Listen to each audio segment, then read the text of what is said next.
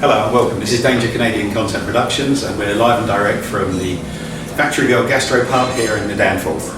I am the Moose and I'm very pleased to be able to introduce Alissa Vox Raw in terms of our guest today. Before we do that, however, let's look at a little snip of what Alissa is like performing live.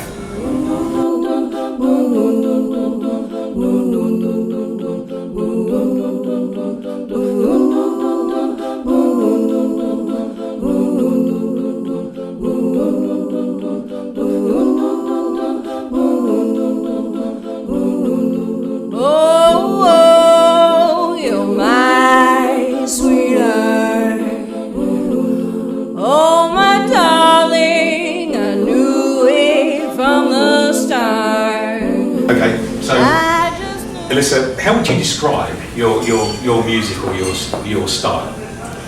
Good question. Well, I'm influenced by a lot of different styles. Ever since I was a little kid, I've been pretty much obsessed with music. Not just the music that was immediately, in my environment, but just interested in music from all over the world and just all different sounds, and even just things in my environment that made sound. So I get inspired by things that aren't even actually considered music. So, I think I draw from a number of different influences. So, a lot of my songs can sound, like a set for me each song can sound quite different from the last because I have so many influences. But in terms of what I do my main project, this project, Alissa Vox Raw, is focused on looping. So, when I initially started, it was just a lot of vocal harmonies. Now I incorporate synths and guitars and a bunch of different kinds of drum machines and live percussion and some other things. So how did you get into looping? I mean, you say you're interested in a lot of different musics, a lot of different styles. Mm-hmm. So how do you get into looping? Was there a particular artist you were seeing, or was it a particular sound you were after? I think when I started doing it, it was really like I'd never seen it before or really heard of people doing it. I think the most that I had seen people use loop pedals for, and even I think at that point I'd only seen one person doing it, was just for looping like with a guitar, like trying to do his own solo over a guitar, right? A couple of chords. So I think for me, there was a number of reasons why I got into this. First of all, I'm a bit of a gearhead. I'm the type of person who's always along McQuaid, renting everything and trying it, figuring it out, reading the manual back to front, front to back. Right, makes more sense. Yeah, okay. And just learning how to use all these different toys. But for me, I think I've always loved harmonizing, and so it was a way for me to build harmonies just over my own voice and play around. And I'm also a percussionist, so at the same time I could build harmonies in a sort of percussive way. Like I could build a 3 or 4 part harmony and then build another 3 or 4 part harmony that interlocked with the first and build music beds that way with a bunch of different harmonic parts. And then incorporate other sounds and drums and whatnot. So. Interesting. I think that's one of the things that we saw you at the paddock recently, and we got the music and I took it home and we had a little audience, and I asked them what was the one thing that they were missing, what was special or different about the album, and eventually it came, there's no actual instruments on it's just you. It's just voice. So how long does it take to record an album like that? Just thinking in terms of, because it's quite a long album as well, isn't it? It's 7 songs, so it's not, you could even call it a longer EP but it took probably 8 months, but I think that was mostly because I was doing it with, Harrison Fine, a good friend of mine, was recording and mixing that one for me. But I think I actually have another album that I started well before this album, and the reason I did this album was partially just to take a break from the other one, because I'd started it, and while I was working on this album I was kind of upgrading my gear. I started on a PC with a very old version of Logic, so I was having to get really imaginative with sounds, because the sounds it was like Logic 5.5. It was like a 13-year-old program or something like that. So I was doing all sorts of things like building drum sounds with keyboards and manually cutting up the audio, and because you can't quantize audio. So I was doing all these things to try and make my sounds, to have sounds that weren't in the program at the time. And then eventually I upgraded, got a Mac, got a $2,000 computer, so we did a $200 program. And then got a better sound card, got a better condenser mic. So for me, because the process started out with like kind of down here and then kind of grew, it's like, it's taken a long time because I've been sitting with these songs for a long time, and so it's really hard to maintain, objectivity with them. So I kind of was like, you know what, I'm gonna go work with some friends, take a break from doing the recording and mixing on my own, and hand it to someone else for this one and mastering. And does that other album still existing? That's still a project for you? The other album is it's still there. I mean, there's a lot of demos up online of it. Some of it I haven't posted. I'm hoping to get that one finished very soon because I have a lot of new material that I'd like to start recording, and that album I'd like to do just on my not the second album. The second album I might find someone to mix at least part of it with me, but my next album after that I hope to record and mix and just have someone else do the mastering, but do it kind of try and do the process a little bit more quickly and without overthinking and overanalyzing, and yeah. No, I know that feeling only too well. When it comes to reviews, we can be a little bit, what's the word for boast, I think was the way it was put to me. It's always harder when you're working on your own projects, you're a little bit more critical of things. Well, that's very true. It is. That's very true. So that in terms of the paddock, then the paddock is where we saw you. I'll be honest, we hadn't heard of any of the acts before we walked in through the front door, and that's generally speaking the way we like to work. Yeah, it works. It works from that point of view. But Paddock Rewind, then for you, obviously there was a little bit of an issue with Kit at the beginning. Yeah. But you got over it, and that was beautifully done. I mean, especially with this project, I think you have to just kind of roll with the punches because you don't always get the ideal situation. It's very technical. There's very little room for error, which makes it a little bit more intimidating. And just when I play with a band live, I feel pretty much no nerves whatsoever because it's like a cakewalk in comparison. But yeah, that day it was actually the only time I think I've ever done something like that, which is funny because I carry so much gear, but I'm usually very cautious. But I was having a bad day and I was a little thrown off by a bunch of things that day, and so I left an adapter for one of my pedals at home. Luckily it was the smaller pedal. The other pedal is more essential to what I do, but it just meant okay. I just kind of I've gotten to the point where I just look at these things as challenges, and instead of getting all flustered by it, I just say, okay, this is a situation, how am I going to work with this? Yeah. And I think in a way it's really good for you in terms of your musicianship and just in terms of you as a person to be able to always adapt to your situation and make do with what you have and make it work. So I omitted a couple of songs, I reworked a couple of songs on the fly and just kind of edited in my head and figured out how to make it work, and yeah, it worked out. I think you're the only artist I've ever seen outside of one particular artist who then used the thumb piano just to use part of the recording, which is amazing. I stood there and jaw open from that. Oh, really? Yeah, there's an artist called Ayuba Garda, and he ended up doing a solo set. He supported Peter Gabriel as a solo guy with just the thumb piano. Absolutely remarkable. Yeah, really, really seriously cool.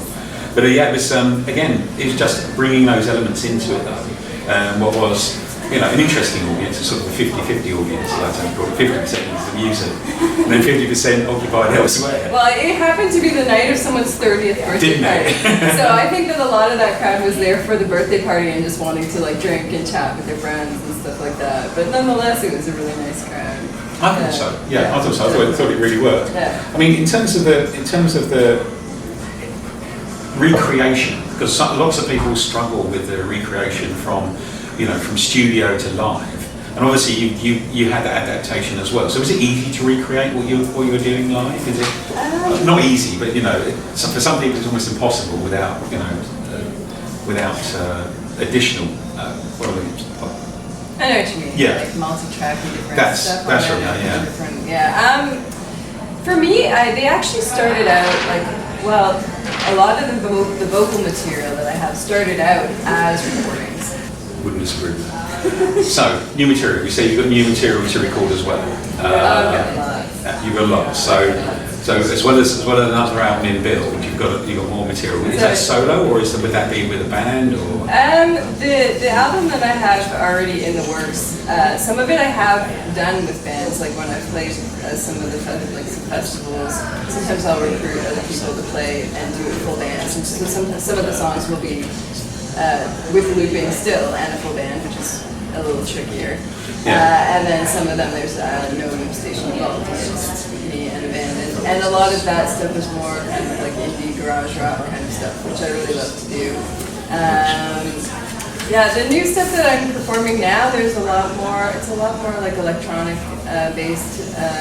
Well, it's hard to say. It's a mix of stuff. But like basically for the last little while, like I guess since I came back I was in LA, and when I came back, I just it was winter, and it's a great time for hibernating and writing songs. So I basically wrote a bunch of new tunes, and so now when the sets I'm doing are almost entirely it's ridiculous because every song I'm like, this is a new song, this is also a new song, this is also like almost every song I'm doing is new.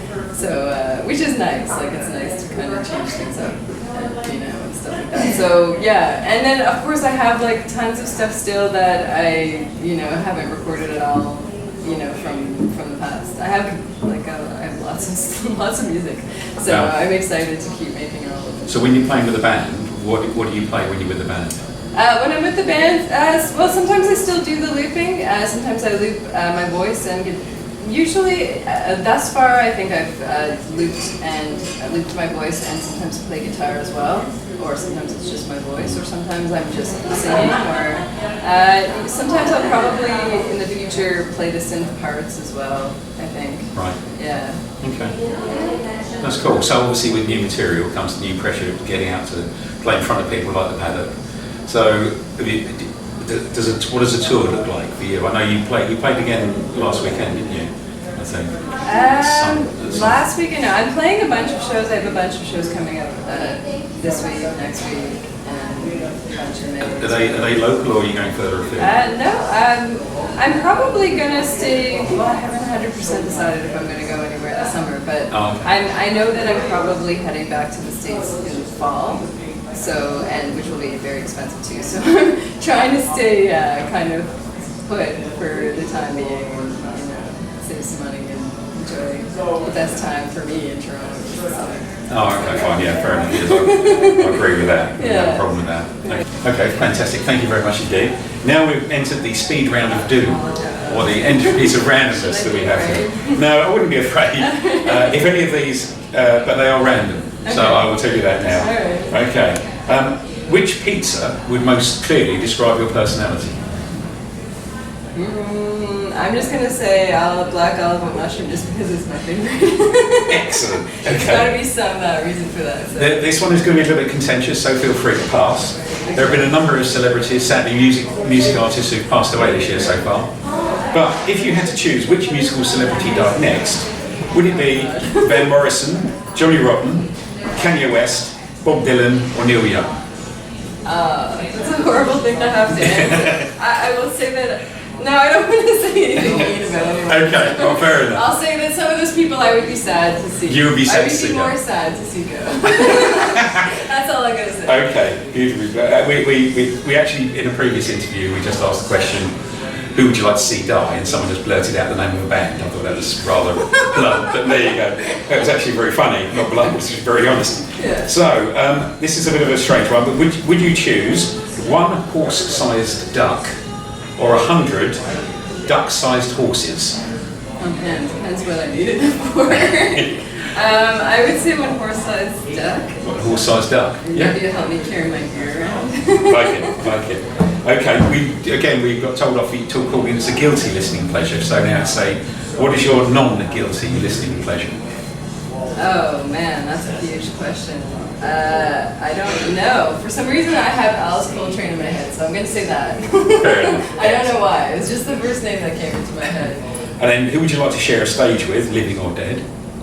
If you had a chance to perform I would have really. I mean, because it's been kind of prominent on my mind. I would have loved to have shared a stage or even just have gotten to see live David Bowie. I'm still torn up about that one. Yeah, I get that. Yeah, huge part of everyone's lives. I think that's the difference, isn't it? Yeah. You know, I would have gladly given all of the other ones up above to have kept David Bowie with us. So there you go. Next one is hamsters or tarantulas. Hamsters. I don't like bugs of any kind. Should Canada Goose nuggets be an option at McDonald's? No. Well, I'm a vegetarian, so you're. So the answer is no. No. They should serve no meat. There shouldn't be McDonald's, then, should there? No, it should cease to exist. Okay, and then if everything tastes like chicken, then what does chicken taste like? Ketchup or brown sauce? Ketchup. And finally, what vegetable best describes Toronto? Tomato. I don't know. Okay, I said they were random, so there you go. So thank you very much indeed. I'm a Libra. I have to like think about everything. Okay. Analyze the answer. Okay, super. All right, well that brings us to the end today. So first of all, many thanks to Thank you. Thank you very much indeed for your time. Details of Alissa's website, etc., will all be in the credits as we run them through, as will links to tour details, etc. So those will all go up. Those go up the credits. Big thanks to Factory Girl and to George for looking after us here. They're at 193 on the downfall. Well worth a visit. Then please subscribe to the YouTube link moving forward. Many thanks to Angelo and Yestin for helping us film. And the details of the Band of Canadian Content site will also be up in the credits as we run through. Until next time, thank you. Goodbye. Don't hesitate. Things don't come to the show.